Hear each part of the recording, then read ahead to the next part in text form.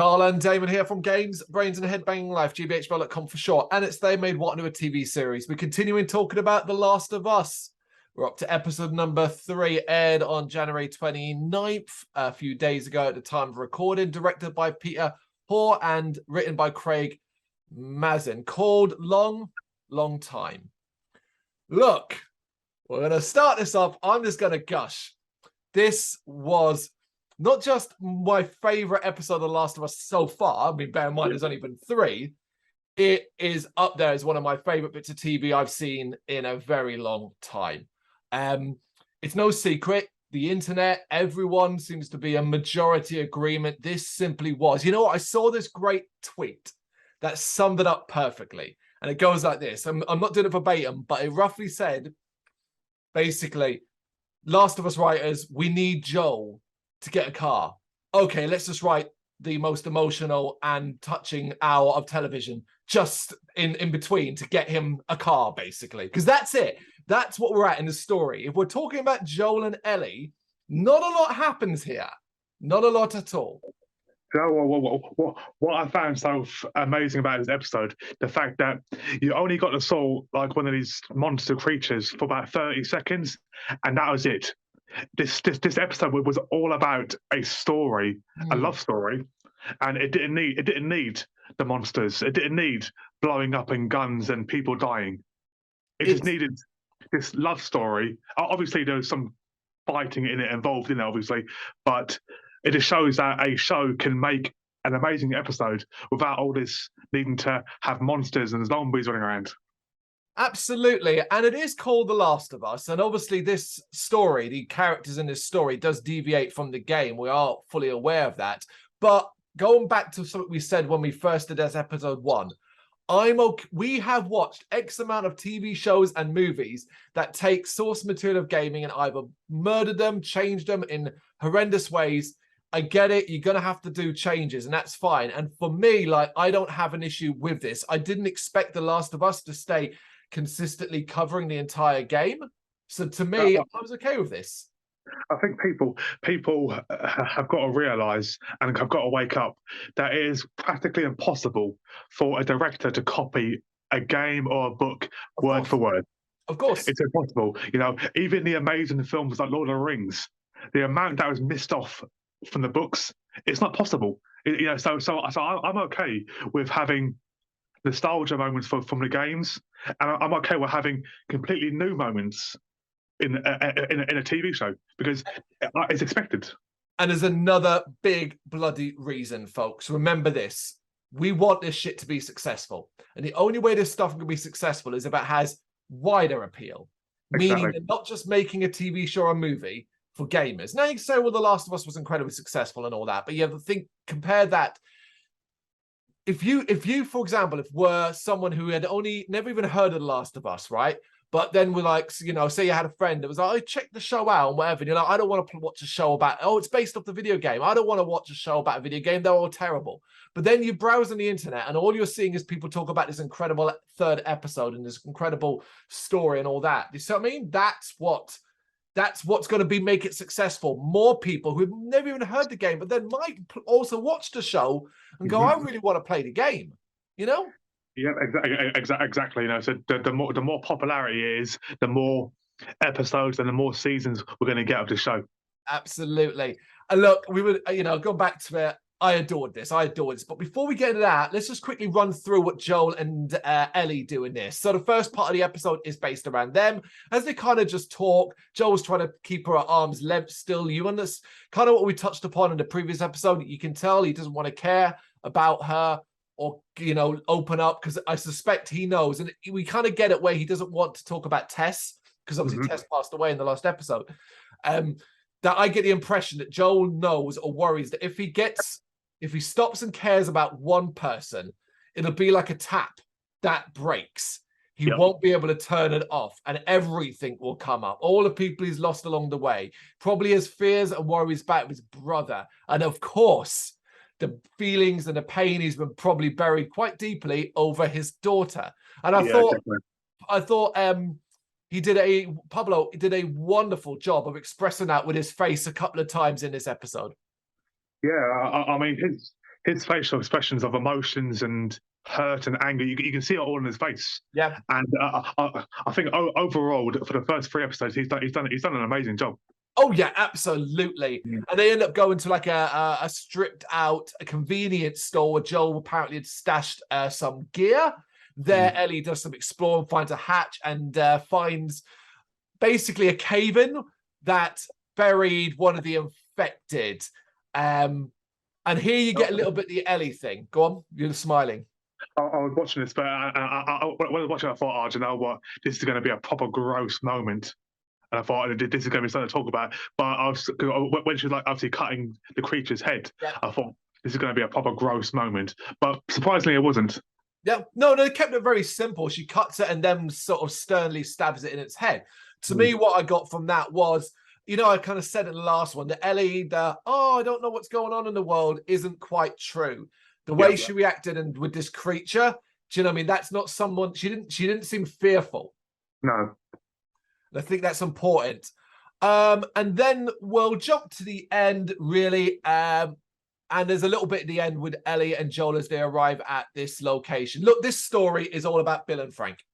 Yes. And I was surprised. I don't know if you felt the same, but when we started this episode off, I was kind of like, oh, we haven't gone back in time. I was kind of hoping, remember we even said, I hope in the last review for episode 2, I hope we start each episode off by going back in time and sort of seeing the early days of the outbreak. Yeah. And then when we didn't, I was like, that's a shame. But they kind of changed it up here. We actually do, as when Joel shows Ellie a mass grave, basically, of people that were shot and killed, rounded up by the government and shot and killed, because even though they may not have been infected, they didn't want to risk it, so just kill them all, and it's a mass grave.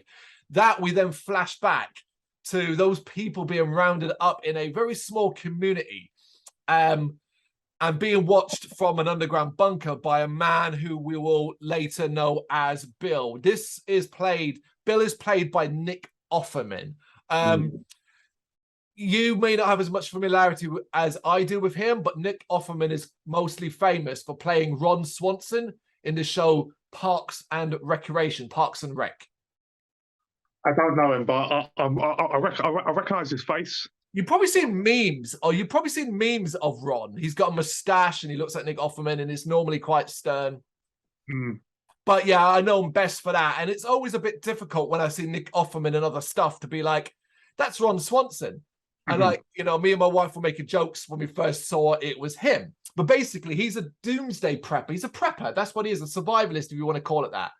And he takes advantage of the town being empty to basically make it into his own little kingdom, his own protected base over a certain number of years. They transition time brilliantly here, where it's like, oh, here's 2003 when we first see him. Then we're like 4 years later and we sort of see how impressive his community is. Yeah, he's developed with all the fences and the traps. Yeah, so it's really clever. It is indeed. It is indeed. But someone will eventually fall in one of his traps, and it's a man. And this is Frank, played by Murray Bartlett in the show. And of course, Bill, being alone for so many years, is very suspicious and wary of this guy, but he does agree to help him. I adored Nick Offerman's acting throughout this. Yes. The fear. Like, because you're kind of used to this survivalist thing where it's just like, I don't care, take no prisoners, that kind of thing. But he keeps Frank at such an arm's length because he's scared almost. He's fearful of him. Yeah, but definitely. He also isn't a bad man. And I love that. Yeah, definitely. I mean, the whole scene with him stopping on the ladder, you know, I thought that was like, that shows the fear. The fact that he wanted to make sure he had a perfect view of him to see if there's any guns. Yeah, it was very, very, very, very, very, very good acting from both of them throughout the entire episode, I think. Oh God, yeah, both absolutely nail it. So they end up, Bill ends up agreeing to let Frank come and stay for dinner to feed him because he's hungry and all that. But you can kind of get the impression that Frank maybe wants to stay longer, but doesn't want to push it and via Bill's wariness. And there's a couple. I found the dinner scene quite tense because Frank's trying to kind of keep it jovial as much as possible, but Bill is so on edge. I love that. But I don't want to recap every single detail, but Frank seems to get a read on Bill really quickly and identifies even the type of music he would like. And there's a reason because of that, is that Frank's gay, but so is Bill. Yep. And Bill is gay in the game as well, so people can't get up in arms about that. And Frank reads that, and I would argue maybe takes advantage of that to a degree. Yes, definitely. Even if it may have started that way. I know when they go to bed together, he says, "Look, I'm not a whore. You know, I just, you know, we're gonna, you know, I want to hang around for a few days. We'll see how things go." You know what? When you're watching the piano scene, for example, when obviously Frank plays the first song and then Bill gets on it, Yeah. I was sitting there thinking, "Oh, do you know what? He's gonna whack him across the head." Yeah, you're expecting it, aren't you? Yeah, he's gonna kill him. I was so sure of it because it was such an emotional scene. I thought he's gonna kill him, but then it didn't happen. So I was so shocked by it. Okay, so how did you react when the revelation comes out that Frank has identified that Bill is gay and they go to bed together? Honestly, I wasn't surprised. Obviously, I knew obviously he was gay in the game, so I wasn't surprised, and it kind of makes sense. You know, he's been alone for how many years? He's lonely. It makes sense to me.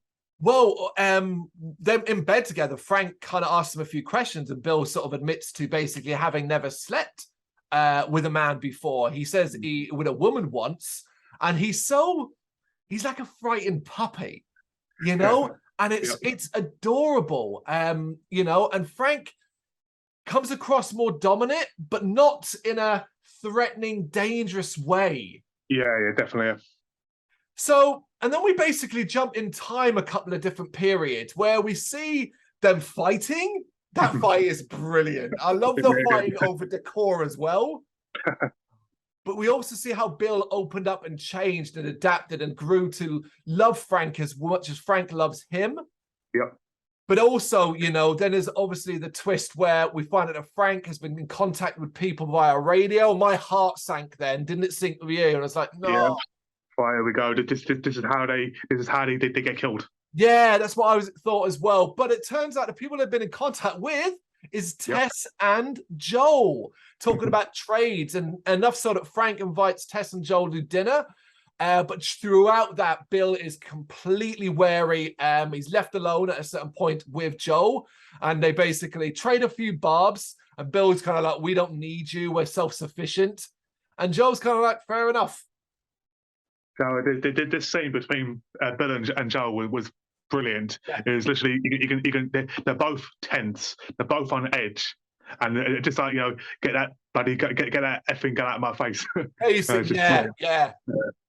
Yeah, it's great stuff, and it kind of leaves them there. But as we say, we go through scene after scene of Bill and Frank's life together, including a scary moment when they do get attacked, because Joel does point out to them in a conversation, raiders will come.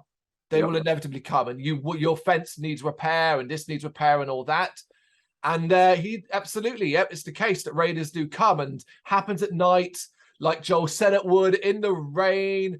But man, it's spectacular to see Bill's defenses go into action, and you're like, yes.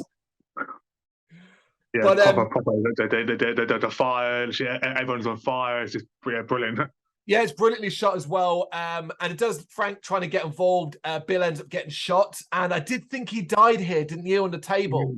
I was convinced.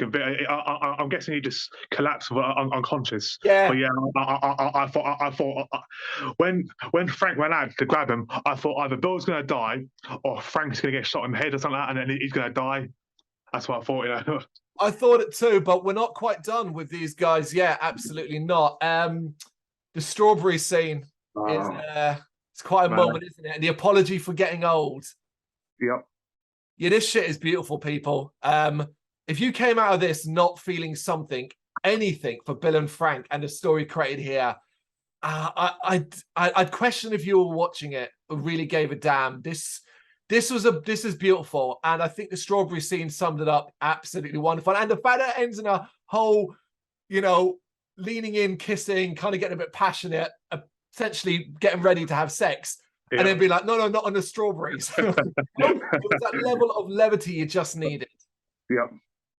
And truth be told, we know as we watch them get older, we know where this is going to head, I guess, to a certain degree. But even I wasn't prepared for the final sort of sequence of events, where basically we come back to Bill and Frank as older, much older men now, much older men, but Frank is now in a wheelchair.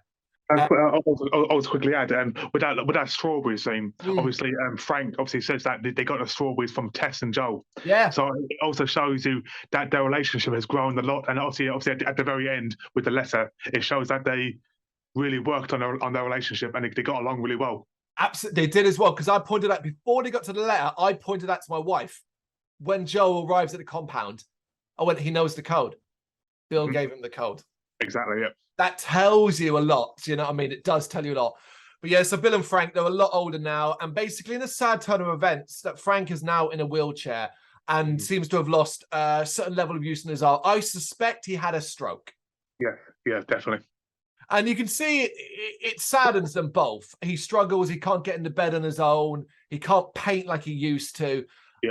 And Bill waits on hand and foot on him, but they're still happy. Like, their life together is happy. What I thought was really interesting as well, they let you kind of sort of see how the defenses have collapsed over time, now been replaced by just blocked in cars and stuff like that. So you kind of know, like, you know, what Joel said was true. Yeah, definitely, yeah. But to kind of cut a long story short, Frank has made the decision to end his life. He's doesn't want to go out this way, and he wants to go out, and he describes how he wants in minute detail to Bill and tells him what he wants Bill to do. And of course, Bill can't do it and says he can't do it, but Frank's insistence and Bill's love of Frank gets him to agree. And in a great, very lovely, beautiful sequence of events, Bill prepares the events for Frank's passing, including so many beautiful touches, like making the same meal he made the first time he fed Frank. Yep. Beautiful. The same wine. Yeah, same wine, the same meal. They got married. Yep, they get married as well. Because bear this in mind, I saw this online. In the world of The Last of Us, gay marriage had not been legalized. How could it have been? The event happened in 2003. Yep. So there's lots of heartbreaking stuff here, and it's beautiful. You said at the start, Damon, the acting is just phenomenal.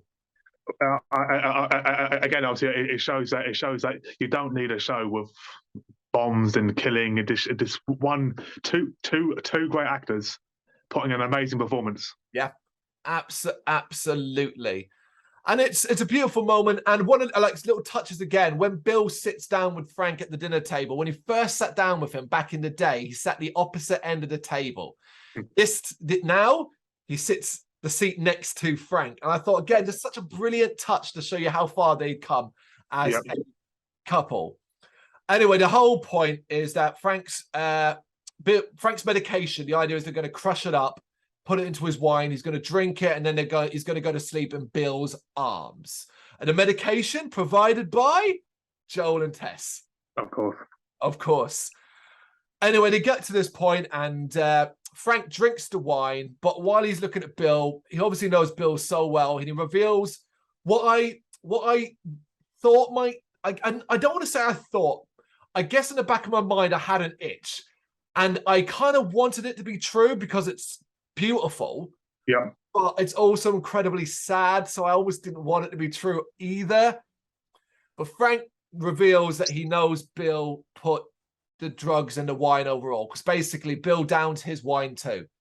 And Bill reveals, yes, he put enough in there to take out a horse, basically. They're both going to die. And his reasoning is that his entire reason for living has been to look after Frank. If Frank's not there, he's happy.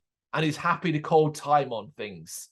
I understand. Yeah, I said. I mean, if Frank had died, I think Bill would have he would have died anyway. Yeah, or shot himself. Yeah, he wouldn't have gone much further. But I love what Frank says about how romantic. Yes, so. he says like, I should be furious with you, but God, isn't that the most romantic thing? And it is. It is. It's ultimately, we can never do it justice talking about it, Damon. We can never do this episode justice. The acting, the visuals, the shooting, the shots. I said to my wife at this point, I said, those actors reading the dialogue, doing the acting. They will have known they were doing something pretty special, right? But you will have no idea what the end product will look like until you eventually see it yourself. You won't know what the lighting, you won't know what the music cues will look like. You won't know how it will be edited. I hope when they saw it back, they were extremely proud of what they did. They should be. And yeah, Bill and Frank go quietly into their bedroom, and the show smartly does not let you see them pass on, does not reveal any bodies, does not reveal anything like that. Because we then go back to Ellie and Joel as they arrive at the compound. Joel lets himself in. We can see it's overgrown. He's got concern on his face. He notices little things like the flowers at the front of the house haven't been watered in at least a few weeks, which of course makes him worry. He's wary. And they go inside the house and he looks around. He actually tries the bedroom door, but it's Ellie that finds a letter that's addressed to, well, basically it's to anybody, but probably Joel, which I laughed at as well. And it's from Bill revealing what took place and basically that he's leaving all his supplies to Joel. Little touches that shows how thoughtful he was at the end. He was like, look, I even opened the bedroom window so it didn't smell too bad in the house. You're like, good God, Bill. Yeah, I mean, I think obviously, as you said, already said that Joel was quite very aware that something had happened. You know, obviously when he went to the house, they're obviously very clean people. The place is very dusty. There's dirty plates on the side, and he knew already. Yeah. Oh yeah, absolutely. He knew. But I guess his concern was what he wouldn't have known what killed them. Yes, exactly. Yeah. So he goes and finds a truck. Joel does, but the battery's missing. And in a very Bill moment for the whole character, he finds the entire battery in the fridge, taken apart into such little pieces. And I laugh because I was like, that's genius, because truth be told, how many people will know how to put a fucking battery back together? Not me. Not me, for sure, but Joel will. Yep. And that's how Joel and Ellie get a truck. And they drive away in that plan now. Joel is telling Ellie, look, we're going to head out to find my brother, who's an ex-Firefly. Hopefully he will know some other Fireflies who can help us transfer you on, basically. Towards the end of that episode, did you notice? I might be wrong, but I'm pretty sure I saw a sort of connection now between them both. He's starting to sort of have a connection with her more now. Yeah and no. I mean, I'm still think he's being very, very wary of her. And obviously he doesn't want to talk about Tess, you know, in the early point of the episode, he's like, don't say sorry for Tess. And she's like, I'm not going to, but you can't blame me. Nobody forced you to do this. Mm-hmm. And that he gives her a nod after like that. Like there, you know, that you are right. To do with the music. Yes. Of course, it's the music that he puts on the play, and he starts to talk to her more like a human being, less like and just talk about the music that's playing. Did you notice that the top that she puts on is the same top she wears in the game too? I was about to say there is a change of clothes here as well that is notable too. There's lots of it's The Last of Us. There are so many Easter eggs that even I don't recognize because I'm not that well versed with the game as others are. But one I did notice is, of course, the final shot as we zoom into the window of Bill and Frank's room. And we kind of just see Joel and Ellie driving off from that shot is, of course, the loading screen, menu screen from The Last of Us. Yep. No, if The Last of Us has been good so far, this is where it went into overdrive and went, look, we're going to give you Infected, we're going to give you action, we're going to give you Joel and Ellie, but we also are going to talk about other characters and show you a world. It's called The Last of Us. Show us The Last of Us. Joel and Ellie's story is perfectly fine, and it's whipped and tied into this. And we know we're going to have a ton more action horror stuff coming up.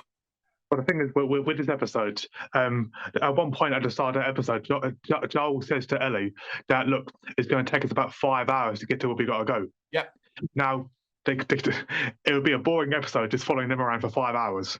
So the directors threw in a story between Bill and Frank to fill in that 5 hours, and it was perfect. It's exactly that. And that's what needs to happen, and that's what should continue to happen. Mm-hmm. I'm overjoyed by this. I sat there, I watched this episode last night at the time of recording, mesmerized. Generally going, and when it ended, I said to my wife, they could have done another hour of just Bill and Frank life, just bickering and hanging out and, you know, loving each other. And I don't think it complained because of how brilliant the actors were. This was a real standout experience. I loved it. I cannot wait to see where we go now, because I suspect, having done that, the next episode will be heavily focused on Joel and Ellie. Probably, I think. Yeah, me too. And obviously, let's hope they continue with the going backwards to the past and to the present again, because like I said, so far in the first 3 episodes they've done that, and it's worked really well. It has. It's fleshed out the world and fleshed out the infection. So I suspect they know exactly what they're doing. We're 3 episodes in of a 9-episode season, and we currently have the highest bar now possible for any video game, movie, TV show adaptation. We were fans of Halo.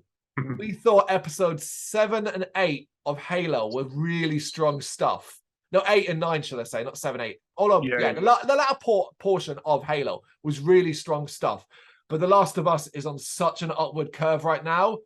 Folks, if you're planning to make shows and you're planning to put effort in, and you're planning to do a video game adaptation, be it Gears of War, Bioshock that's rumored or said to be being made, you are going to have to up your fucking game, because The Last of Us is putting everything to shame. Yeah, definitely. I said it's. I mean, we've had so many bad adaptions of games to TV shows or movies, and we've finally got some really good ones coming out. So, or actually out now. So, yeah. And episode 4, Please Hold My Hand, is the title of it. Airs on February 5th. So we'll be back to talk about that one. But for now, listen, what did you think about episode 3, Long Time? I would love to know what criticisms you have, valid ones. You're going to have to justify that, because for me, and I'm going to go on this limit, if I was to score this episode, Damon, 10 out of 10. Yeah, it's definitely up there, 100%. Yep. There you go. Let us know your thoughts in the comments. Thank you very much for watching. If you liked what you saw, please help us out by giving us a thumbs up and hitting that subscribe button. If you really liked what you saw, consider donating to keep the website and channel running by buying us a coffee via our coffee page or picking up some merch from our Big Cartel store. You can check us out on gbhbl.com, as well as via our social media, Facebook, Instagram and Twitter, as well as listen to our interviews via SoundCloud, Apple Music and Spotify. Just search for GBHBL. Games, horror and heavy metal. What else is life for?